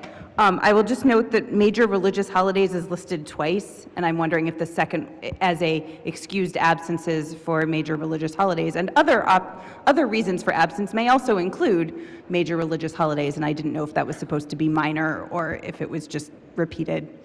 That's a consistency thing. I think it's just repeated. I'll clean that up. And then I wanted to clarify, it says physician statement may be required, so it is not necessarily required for when a student has a cold and the parent says student is going to be absent. This is definitely a question I get asked by parents. Do I really need to get a doctor's note for meeting some of these symptoms that are on the list, the very extensive list of don't send your children to school if these symptoms are here, and that the policy and the practice in this handbook is around repeated illness, chronic illness, some kind of acknowledgement that this is an extended medical circumstance rather than we are staying home because we are potentially contagious in this moment. Yes, and so I think because once students move, especially when you get to high school, and some of the unexcused absences really can impact your grade or your attendance, it will be excused if there is a medical note explaining the reason for students to be home. It's not that there isn't trust there, it's just when the parent calls, if this is extending beyond like a day or two and it's consecutive, then it is best to get a doctor's note. so But that one time, it can be the parents. Yes. They don't have to pony up for a co-payment, or if they Correct. don't have health insurance. Yes, no, very Okay. valid. That's really, Yes. I appreciate that. Thank you. And they could always reach out to Director Silva, who has the relationship and the contact with Dr. Sabia, because sometimes he will, for your point about if families don't have health insurance or don't have a regular doctor, that is why we have him here in the school district, and people can use that access if needed. Sorry, this is maybe a little bit off topic, but is that the sort of thing that having a larger teen health space in the high school would help with? Potentially. Okay. All right. My other questions are things you haven't presented yet, so I'll let that happen. Okay, so I'll move on? Yeah. Okay. So the academic dishonesty panel, I think the bigger piece here, again, was the clarification statement that's at the front, not necessarily changes in the process, though there are some pieces at the bottom. So this statement here about the academic dishonesty panel states that when academic dishonesty is suspected, teachers first address the concern privately with students to allow the student to clarify the situation. If confirmed, the incident is logged in school brains, parents are notified, and progressive, developmentally appropriate consequences are applied. If the teacher and student disagree on the determination of academic dishonesty or the resulting consequences, the matter can be referred to the academic honesty panel. This panel is composed of the principal or a designee, a teacher, and the student. This panel functions as a formal appeals process to review documentation, hear perspectives, and make a definitive recorded determination to resolve the dispute. So then the rest of the already approved part of the academic dishonesty panel that is part of the AI policy talks about what that process is, talks about the consequence for the first offense, and then consequences for subsequent offenses. And then there are additional notes that speak about repeated offenses and offenses that are tied to, like, for example, leadership roles or the honor society. And then there is the purpose, the composition, and then student participation in the panel. And there was discussion around student participation and confidentiality, so that if the student is part of this panel, but depending on the particular case that may go before the panel, there may not be student representation on that panel other than the student itself for confidentiality purposes. Mm-hmm. Sorry, Mayor, thank you. Great. Member Reinfeld. Thank you. So my question last time was around which teacher and which student. The new text in the beginning seems to be a teacher, not necessarily the teacher involved in the dispute, but the student who was involved in the dispute. Am I reading that correctly? Yes. Okay, because that is not necessarily clear in panel composition. So I think it, could the teacher on the panel be the teacher involved in the dispute, or is that not, or is it must be an outside teacher? Do we have we I don't laid have out? that clarification. Okay. I would have to ask that question. Yeah, because that was the clarification I was looking for, is somebody evaluating their own judgment, or is it necessarily someone who has not seen this content before? I can have the conversation and bring it back, but I would assume it is a different educator That's not part of the initial. Yeah. This. That's how I read it Yes, in the this- opening text. And yeah, Yes. I think we're just looking at definite articles and indefinite articles. I know. So- I'm happy for a language suggestion. In my conversations with secondary leaders, this was very much the original policy already laid out what the first offense would be, what the second offense would be. Yeah. I think that's really clear. I just want to know what teacher is evaluating it. Is it? Well, in the conversations I had, this was very much to be used for appeal, review.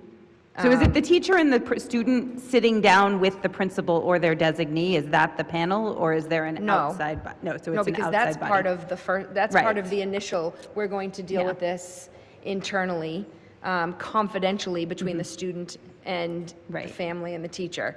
This would be, if we're invoking the panel, the principal may remain, or the principal may decide a designee, so maybe the assistant principal is Mm-hmm. more appropriate in this case, and it would be a different teacher. But there are not outside, so a teacher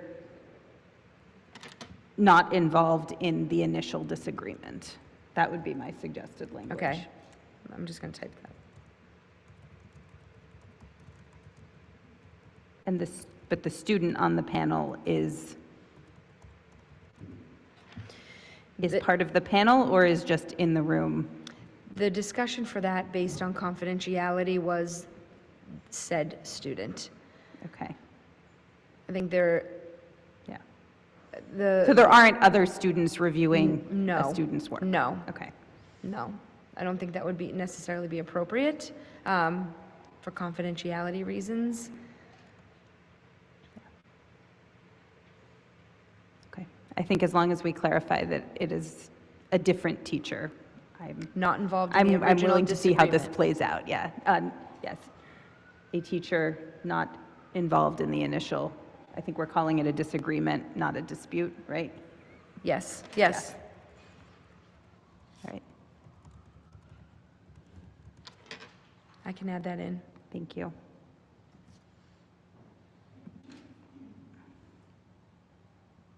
Should I go on, or are there any other questions to this one? Students? Not on this one. I had a couple of AI questions, but that's not new. Student reps, yep. May I ask, why should it be a different teacher? I'm sorry, what? Why should it be a different teacher than the one that's not in the dispute? So in the discussions, the panel would be used when the disagreement can't be resolved at that initial original, with the original party. So that would involve the teacher and the principal, maybe the caregiver or the parents, the student. And so this would just be neutral, unbiased kind of perspective to hear the review and both sides. Does that make sense? Yes, thank you. Thank you. Thank you. Should I keep going? Yes, please. Okay. And then the other pieces were around bus expectations. So there are two pieces of bus expectations. First is elementary schools. There was great alignment. There was always alignment around the elementary schools. There were a few pieces missing that we felt would be important for families to be aware of, and some language that existed in the middle school bus expectations that was felt would be appropriate to bring over to the elementary bus expectations, and that was around just making sure parents know the appropriate place to go for information, who the contact people are, statements around the bus, just over general expectations around the bus being an extension of the school day, and therefore the same expectations that students have around their behavior and conduct while they're in school still applies to while they're on the bus. Areas of that is around use of technology, remaining in their seats, how they're treating their peers, harassment, things around graffiti, things around their language. So just to make sure that it's very clear for students and families what the expectations are when students ride the bus. The other piece is we did, in this iteration of the handbook, did specifically name Eastern Bus. I don't know if families think that Medford Public Schools owns their buses, but just to be clear who our vendor is, and that Eastern Bus, as our vendor, does have surveillance within their buses, video and audio recording, and so we wanted to make sure that that was part of the handbook so that it's very clear for caregivers that that is part of Eastern busing. And then we left in some of the list of expectations, and then just put in here the email address to transportation, just to make sure it was all aligned with the email address and the phone number, so caregivers knew exactly how to contact Ina Williams, our transportation supervisor. And I'm not sure if you want me to go to middle school. I could just really briefly say, middle school, the language really remained the same, except adding in the extension of the day, expectations from school to transport to and from, as well as the surveillance language, so that it's very clear for our middle school families that Eastern buses are equipped with surveillance. And those are the updates to transportation.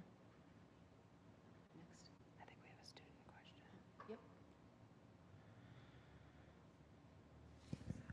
Yep. So with the extension of the school day connotation in the student handbook, does that mean students can't use their phones on the bus? Correct.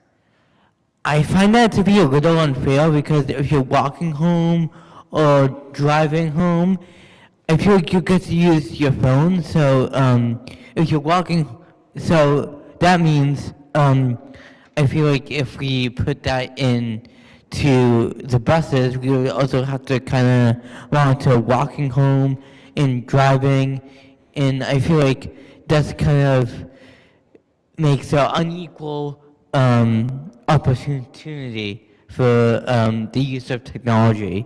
Do you understand what I mean? I do. I 100% know what you mean. I think the difficulty is, and remember, Ryan, right now I'm talking about elementary and middle school, so I'm not talking about high school. The difficulty is in school, cell phones are often away. They're not used while you're in school.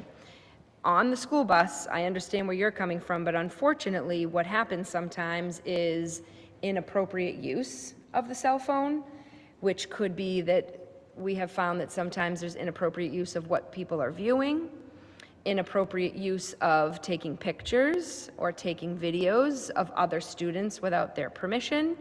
And so I understand that this might be really upsetting for some students to hear, but it provides a layer of safety for everybody on that short ride home. And then once they're home, the caregivers can decide how the phones are being used, but it really provides just a clear expectation for all students about what their experience on the bus is going to be. I have a suggestion. How about discipline the certain student that is using the technology inappropriately, and all the other well-behaved students get that kind of reward? And how about disciplining the certain student and maybe banning the student from the bus, or having them sit next to the driver and the driver monitors the situation? Yeah, just an idea. I understand that, and that's a great idea. Unfortunately, it's not necessarily attainable on every single bus for elementary and middle school.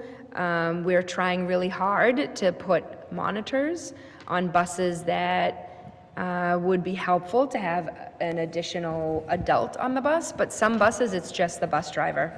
And so it's really hard to know where that consequence would need to lay. And sometimes what we also want to do is lessen any sort of like group mentality that could be targeted.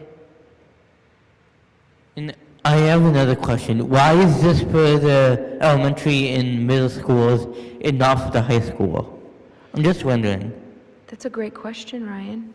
So the majority of the high school busing is the MBTA, and so that is not necessarily part of the extension here of Medford Public Schools, so that is difficult for us. We have expectations, but it's difficult for us to, it's even more difficult for us to monitor that. Why is it difficult if it's running, so the bus makes a trip only for the high school students, so I'm wondering why is that difficult? Well, maybe I should know this, but sitting here right now, I'm not quite sure if MBTA has surveillance. Like, I'm not quite sure if there's video or audio recording on an MBTA bus. Or, yes, or if they would give us access to that recording. And we have that with Eastern Bus. All right, thank you, Dr. Galusi. Thank you, Ryan. And that's it for updates on this part. So you have two are updates from May 18th, and then this evening's updates. And I do have notes of language that I will update regarding who's in attendance for a panel review, the duplicate of major religious holidays, and the addition of the elementary recess statement.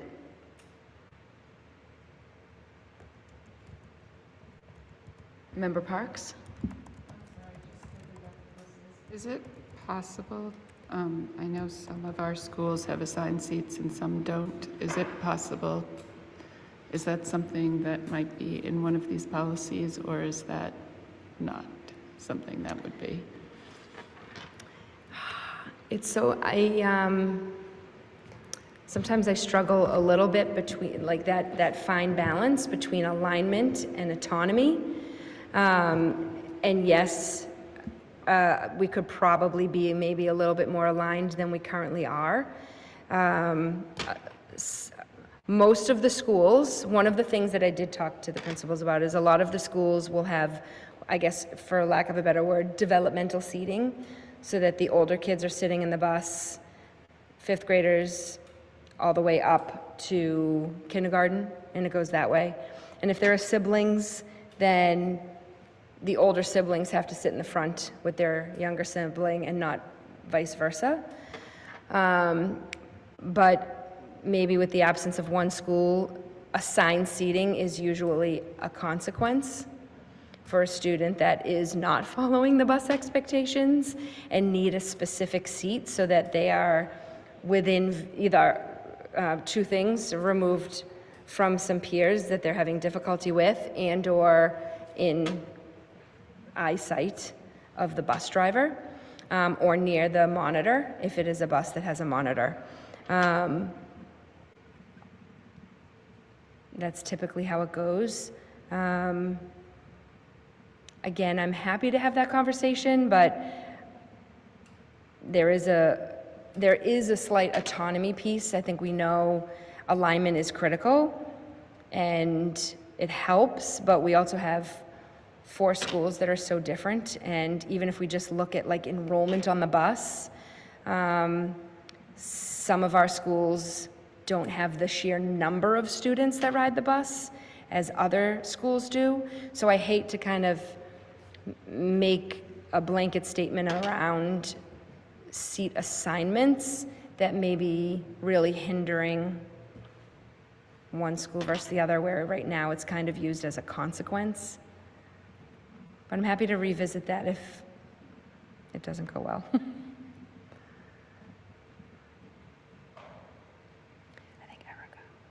Member Reinfeld? Yep. I would just like to motion to put a line in the AI guidance that educators should not use AI tools to provide feedback or assign grades. We've had, just to be very clear, that AI should not be grading people's work, and this can go in the educational staff section, but I realize that the educational staff section is not in the McGlynn Middle School handbook. It is in the Andrews and the high school. But the McGlynn Middle only has the student use of AI. I think we've discussed many times in this committee that there's going to be a space to review the AI policy in general, but I think we need a clarification about grading in these handbooks that are going out next year, just because we did see some confusion around that in this school year. Okay, Thank so you. I'll make sure that section's added to the McGlynn Middle, and that's added. And to be clear, this can go, we have the line, educators' use of generative AI should not be used as should be used as a tool to support the teaching and learning environment, but is not to be solely relied upon in place of educator review and judgment. Grading is sort of covered there, but I think an explicit line that these tools are not to be used to provide direct feedback or assign grades to students. Thank you for specifically calling that out. It's page 27 in Andrews, 47 in Medford High School, and as noted, not in the McGlynn.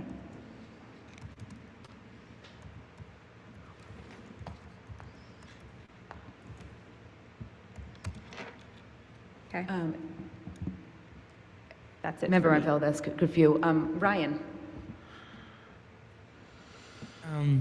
So does that mean teachers can or cannot use AI to create lessons, or can?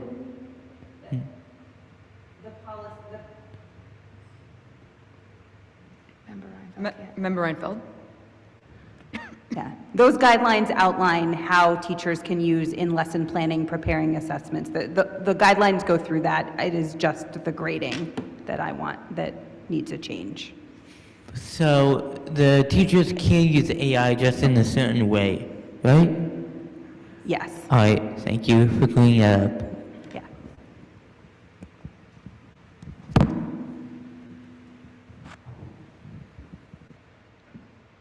Any motions or further questions?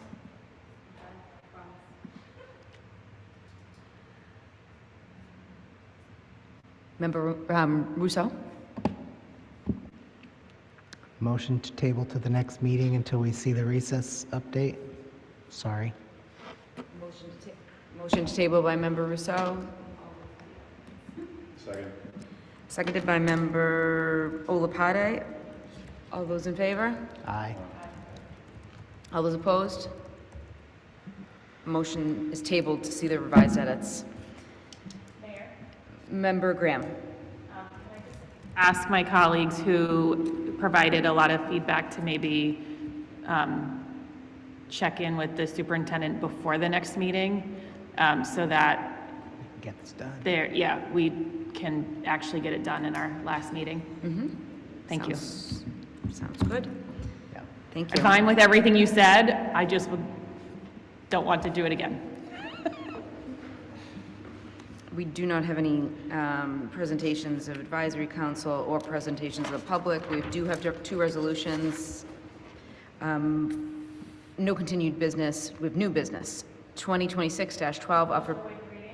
Member Reinfeld and Member Rousseau. This is an update to policy JJH student travel. Would you want me to turn it over to you for a quick update and a motion? Member Graham? I said motion to waive the reading. Motion, seconded by Member Rousseau. All those in favor? Aye. All those opposed? Member Reinfeld or Member Rousseau, would you like to? Member Reinfeld? Yep. It is not the state law, but it is our policy to approve field trips. We have discovered that occasionally when people have suddenly qualify for a national competition and have to go out of state between meetings. We don't have a procedure for approving that, so this attempts to put that in place without adding excess meetings. The only reason we would meet about that would be if there were something controversial and we needed to actively discuss it. Motion to approve. Yes, and if in between readings, if we can make sure Attorney Greenspan reviewed this, I don't know, I just want to make sure we don't have to be BCC'd to not violate open meeting law. Motion for approval, seconded, roll call.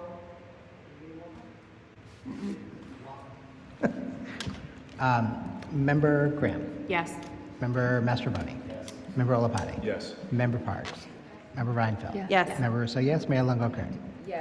Yes, 7 in the affirmative, 0 in the negative. First reading is approved. It will be run by Attorney Greenspan on exactly how to email us, and then we'll take our third reading next time. 2026-13, resolution to establish a special education reserve fund for Medford. Whereas the Medford Public School District. Thank you. Motion to waive the reading by Member Graham, seconded by Member Reinfeld. All those in favor? All those opposed? The reading is waived. If somebody could give an explanation, I'll turn it over to you, Member Parks, as it's your resolution, if you don't mind. Okay, so this resolution is to establish a special ed reserve fund for Medford, which I learned about when I was attending the charting the course training when I first started this role. And basically it allows us to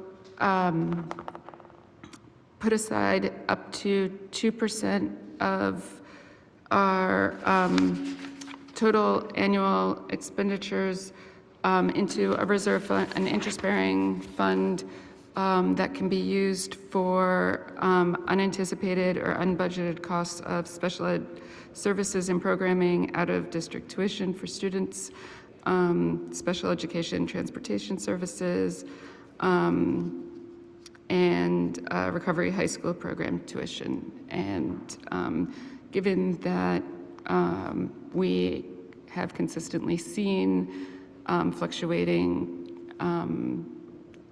costs year over year, and students move in mid-year requiring these services, and that has not been budgeted for at the beginning of the year. This fund would be able to help offset those costs as it grows. And so this resolution is to help with that. Second. Motion to approve by Member Reinfeld, seconded by Member Graham. All those in favor? Aye. Oh, Member Roos. Wait, there is one correction though, actually, in it. Before the roll is called, Member Rousseau. Thank you. I'd like to amend 3E. The current language is any other permissible revenue, 3E, other extraordinary expenses related to special education staffing, evaluation, and assessment services.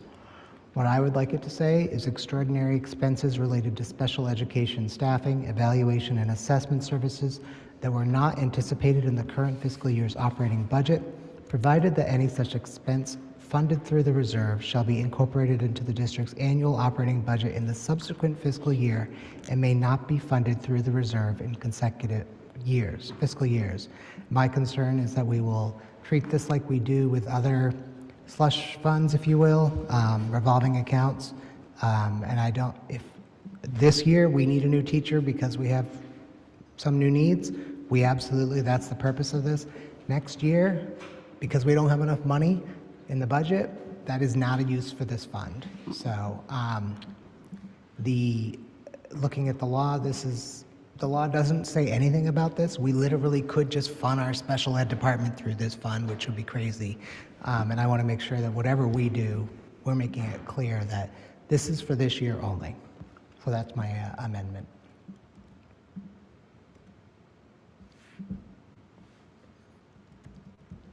the expenditure is just for that certain year? Wait, sorry. Oh, so it's not for year-over-year cost, is what you're saying, basically? Well, I'm saying if you know, we have a student who moves in and has a very specific special need and requires a certain kind of staff member, and we hire them, and the student is here next year too, that fund is not paying for next year. That is Oh, an I see what you're operating saying. budget Yes, it's not an expectation. ongoing operating cost that we continue to take Correct. from. Yes. Has to get into absorbed in the budget no matter what on earth that means. Which is my understanding of the intent of this. That is But the- it does feel like a little bit of an open door for No, getting that is around the tight intent years. of it, and that was also sort of the intent of putting in, maintaining a minimum balance in this fund so that A, there would be something that continuously collects interest in the account, but also to prevent it from drawing it down completely once we get it to that minimum place, but And if you accept it as a friendly amendment, then we don't Yes. have to. Okay. Member Reinfeld. Oh, sorry. Sorry, this is procedural. Since I made the motion, do I need to accept it, or can Member Parks accept? I will, if Member Parks is Whoever, comfortable, I accept this as part of the motion. there is one correction, though. It's, I'm going to City Council on June 23rd and not June 9th, as it I says. will accept that amendment as well. What was the date? Sorry. The June 23rd. Okay. And I think we probably need a roll call. Who first and seconded that? Sorry. I first. Roll Member call Graham, second. as amended. Thank you. Member Graham. Yes. Member Mastrobuoni. Yes. Member Olapati. Yes. Member Parks. Yes. Member Reinfeld. Yes. Member Rousseau, yes. Mayor Longo-Kern. Yes, 7 in the affirmative, 0 in the negative. Paper passes. No reports requested. Condolences. The members of the Medford School Committee express their sincerest condolences to the family of Maureen Hennigan, who was a dedicated member of the Medford Public Schools for 28 years, most recently at the Andrews Middle School. This loss is deeply felt across our entire district. Maureen's former husband, William Hennigan, and her grandchildren are members of the Missatuck school community. If we all may rise for a moment of silence, please.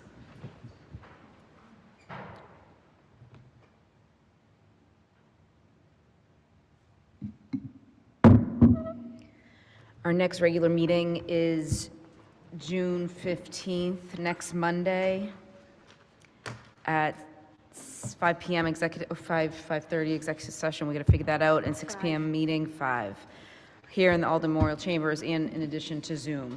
Is there a motion to adjourn? By Member Reinfeld, seconded by? Member Graham. All those in